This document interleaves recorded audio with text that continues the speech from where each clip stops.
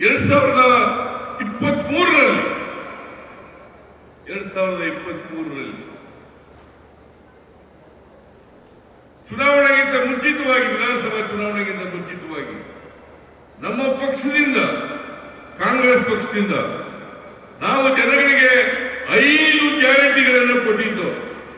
ಅಧಿಕಾರಕ್ಕೆ ಬಂದ್ರೆ 5 ಗ್ಯಾರಂಟಿಗಳನ್ನು ಈಡೇರಿಸುತ್ತೇವೆ. ಶಕ್ತಿ ಯೋಜನೆ, ಅನ್ನಭಾಗ್ಯ, ಗೃಹ ಜ್ಯೋತಿ, ಗೃಹಲಕ್ಷ್ಮಿ, ಯುವ ನಿಧಿ, ಈ 5 ಕಾರ್ಯಕ್ರಮಗಳು.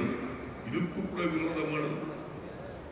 ನರೇಂದ್ರ ಮೋದಿ ಅವರೇ ರಾಜಸ್ಥಾನದಲ್ಲಿ ಹೇಳಿಕೆಯನ್ನು ಕೊಟ್ಟರು, ಈ 5 ಗ್ಯಾರಂಟಿಗಳನ್ನು ಜಾರಿಗೆ ಕೊಟ್ಟರೆ ಕರ್ನಾಟಕ ರಾಜ್ಯ ಆರ್ಥಿಕವಾಗಿ ದಿವಾಳಿ ಆಗ್ಬಿಡುತ್ತದೆ. ನೀವು ಅರ್ಥ ಮಾಡ್ಕೋಬೇಕು, ಆರ್ಥಿಕವಾಗಿ ದಿವಾಳಿ ಆಗ್ಬಿಡ್ತದೆ. ನಾವು ಅಧಿಕಾರಕ್ಕೆ ಬಂದು 9 ತಿಂಗಳಾಯ್ತು. ಈ 9 ತಿಂಗಳಲ್ಲಿ 5 ಗ್ಯಾರಂಟಿಗಳನ್ನು ಜಾರಿ ಮಾಡಿದ್ದೀವಿ. 5 ಗ್ಯಾರಂಟಿಗಳನ್ನು ಜಾರಿ ಮಾಡಿದ್ದೀವಿ. ಅದ್ರ ಜೊತೆಗೆ ಅಭಿವೃದ್ಧಿ ಕೆಲಸಗಳನ್ನು ಮಾಡ್ತಾ ಇದ್ದೀವಿ. ಸರ್ಕಾರ ಖಾಲಿಯಾಗಿಲ್ಲ, ಟ್ರೆಜರಿ ಖಾಲಿಯಾಗಿಲ್ಲ, ಆರ್ಥಿಕವಾಗಿ ದಿವಾಳಿ ಆಗಿಲ್ಲ. ಇದನ್ನ ನಾವೆಲ್ಲರೂ ಕೂಡ ಅರ್ಥ ಮಾಡ್ಕೋಬೇಕಾಗ್ತದೆ. ಯಾಕೆ ಈ ಮಾತುಗಳನ್ನು ಹೇಳಿದ್ರು? ಫುಡ್ ಸೆಕ್ಯೂರಿಟಿ ಆಕ್ಟ್ ತಗೊಂಡಾರು ಕೂಡ ಇದೇ ಮಾತನ್ನು ಹೇಳಿ. ಫುಡ್ ಸೆಕ್ಯೂರಿಟಿ ಆಕ್ಟ್ ಅನ್ನ ನಾವು ಮನಮೋಹನ್ ಸಿಂಗ್ ಅವರು ಜಾರಿಗೆ ಕೊಟ್ಟಾಗ ಅವತ್ತು ಇದೇ ಮಾತನ್ನು ಹೇಳಿದ್ರು. ಇವರು ಇವತ್ತು ಡಿಫೆನ್ಸ್ ಮಿನಿಸ್ಟರ್ ಇದ್ದಾರಲ್ಲ, ಯಾರವರು? ಡಿಫೆನ್ಸ್ ಮಿನಿಸ್ಟರ್ ರಾಜನಾಥ್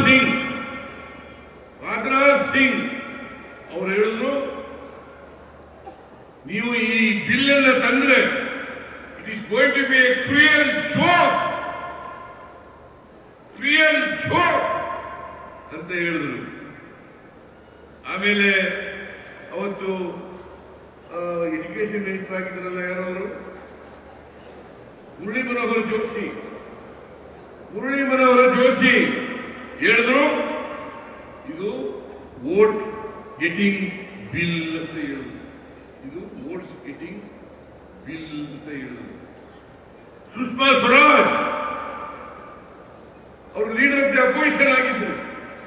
ಅವರು ಹೇಳಿದ್ರು, ಇದನ್ನ ತರಕೂಡದು, ಫುಡ್ ಸೆಕ್ಯೂರಿಟಿ ಆಕ್ಟ್ ಅನ್ನ ತರಕೂಡದು. ಇವತ್ತು ಅದೇ ಜನ ಯಾರು ಫುಡ್ ಸೆಕ್ಯೂರಿಟಿ ಆಕ್ಟ್ ಅನ್ನ ವಿರೋಧ ಮಾಡಿದ್ರು, ಅದೇ ಜನ ಇವತ್ತು ನಾವು 5 kg ಅಕ್ಕಿಯನ್ನ ಕೊಡ್ತೇವೆ ಹೆಚ್ಚುವರಿಯಾಗಿ ಅಂತ ಹೇಳಿದಾಗ ಅದನ್ನ ವಿರೋಧ ಮಾಡಿದವರು ಇದೇ ಜನ ಅಂತಕ್ಕಂಥದ್ದನ್ನು ತಿಳ್ಕೋಬೇಕಾಗ್ತದೆ. ನೀವು ತಿಳ್ಕೋಬೇಕು. ನರೇಂದ್ರ ಮೋದಿ ಅವರು ಫುಡ್ ಸೆಕ್ಯೂರಿಟಿ ಆದಾಗ, ಆಕ್ಟ್ ಪಾಸ್ ಆದಾಗ, ಅವತ್ತು ಅವರು ಗುಜರಾತ್ನ ಮುಖ್ಯಮಂತ್ರಿ ಫುಡ್ ಸೆಕ್ಯೂರಿಟಿ ಆಕ್ಟ್ ಅನ್ನ ಮುಖ್ಯಮಂತ್ರಿಯಾಗಿ ವಿರೋಧ ಮಾಡಿದ್ರು. ನರೇಗಾ ಯೋಜನೆಯನ್ನ ವಿರೋಧ ಮಾಡಿದ್ರು. ನೀವು ತಿಳ್ಕೋಬೇಕು. ಇವನ್ನೆಲ್ಲ ಯಾರು ವಿರೋಧ ಮಾಡ್ತಾರೆ, ಯಾರು ನಿಮ್ ಪರವಾಗಿರ್ತಾರೆ, ಯಾರು ನಿಮಗೆ ಕಾರ್ಯಕ್ರಮಗಳನ್ನು ಕೊಡ್ತಾರೆ. ಹಸಿವು ಮುಕ್ತ ಬಿಜೆಪಿಯವರು ಹೇಳ್ತಾರೆ,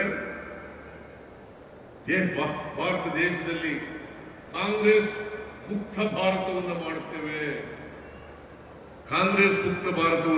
ನಾವು ಬಿಜೆಪಿ ಮುಕ್ತ ಭಾರತ ಅಂತ ಹೇಳಲ್ಲ, ಹಸಿವು ಮುಕ್ತ ರಾಜ್ಯವನ್ನಾಗಿ ಮಾಡ್ತೇವೆ ಅಂತಕ್ಕಂಥ ಮಾತನ್ನು ಹೇಳಿ.